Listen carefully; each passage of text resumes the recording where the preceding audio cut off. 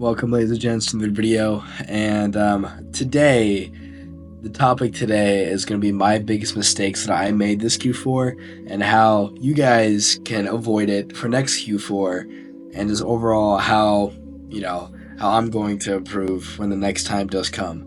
Now, sorry for the delayed uploads. I've been sick for the past week after coming back from Kauai. So, yeah.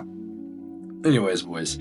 So, for this Black Friday, one thing that I wish that I prepared for mostly is preparing in advance, because as soon as Black Friday hit and everything jumped, I missed Black Friday and I scaled a week before, but I didn't have anything ready for assets wise or simply my BM. I only had one BM, and when that BM got absolutely cooked, I lost the pixel for the product I was scaling, and I couldn't get anything up. And Black Friday was a complete fucking bust. I lost the pixel, lost all the data, and so I couldn't scale until Black Friday like I was hoping to. So, and that could have been it could have been very easily avoidable by just simply running a setup on Facebook, by doing by having two BMs and having 3 accounts to access those BMs. Now, I believe everyone should, if they can afford it, definitely get a bulletproof setup if you can, if you're in the stage 2. But if you're just in the testing phase, I personally would recommend it, just because it can be a bit costly, and it's oftentimes not worth it if you're still just testing. They're really good to secure your assets, and kind of when you have made some money in ecom and you're kind of ready to have a more bulletproof structure for your Facebook ads, then I think getting a bulletproof structure is very good then. But if you're still, very new, then I think you should just still run with the BM and just keep testing ads through that. Just one account, one BM, and one page. Now, another thing is, I wish I had all my products listed out like a month before and have everything ready, right? Which is what I said beforehand. And the reason why is I could just keep testing. Even if one of those products was a fucking bust, I can just keep going on and on and on. But instead, no, I didn't do that. And I simply tested the product, did research again, found another product, tested, did research again, tested it, did research again, tested it. And that was kind of slowing me down. And I know there's a lot of people that do that too.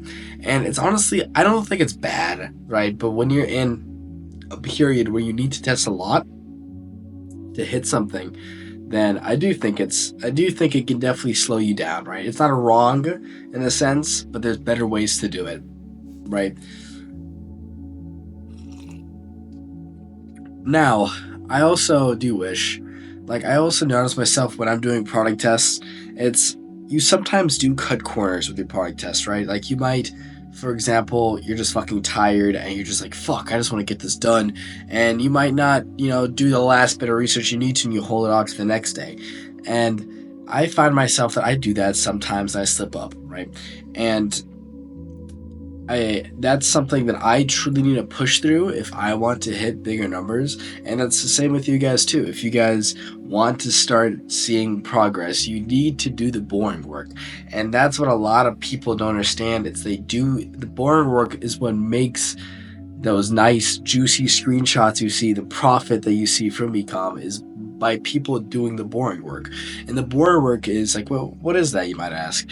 And that's simply doing market research, going through Amazon and looking through hundreds of reviews and seeing what people see about the product that you're trying to run. Now, before, when I was doing this, I would just simply take 1,000 reviews, put it in ChatGPT as a spreadsheet, and just have ChatGPT transcribe it for me. But the thing is, why that's bad is because you're not necessarily taking in all those thousands of reviews of information of people about that product, because you need the reviews to do the work on you than for it to be on ChatGPT and spouting out information for you to copy. Now, if you just read those reviews, it'll help you kind of pick an idea better by manually going through the research, looking through everything, and deciding what angle you can do that's best for the audience that you're trying to promote for. Now, if you do start doing this, I almost guarantee you, if you do the boring work, you're going to start seeing so much more progress than when you have beforehand, right? And I always see, especially with new people starting out, they only go on TikTok and they see if this product is good to run, right? And I made a video about this beforehand about validating a product. You should always cross check with other resources like Amazon, Google Trends, Exploding Topics, fucking PP ads, anything that you can see if that product is scaling. And if it is, run it, make a new angle, and profit off of it, right? Now, of course, it's not always that easy, but that's what you should always do. If you cross check your information, and it helps you save your money more and have better repetitions in your test, right? Now, this 2025, I am definitely getting ready for another amazing year. And the goals for this 2025 is to constantly hit 10K profit every single month, right?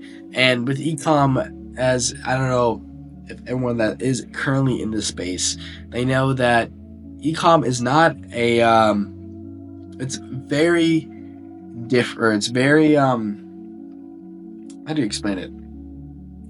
It's not consistent, right? When you trying to make profit off of it, right? So if you hit a product, for example, you're testing, you might get a bump, right? So you might make 20, 30K, 40K profit, but then the next month you have to do it over again unless you branded that product out, right? And that is, it can be very hard if you're doing pump and dumps. Like I'm currently doing pump and dumps, but I am trying to brand in the future. You always have to restart every single month. And so the next year, I definitely want to get a brand up and start getting 10K profit consistently through ecom and just through everything that I am doing online, and just overall become more diligent and just make sure that everything is correctly dialed in for any product test I do.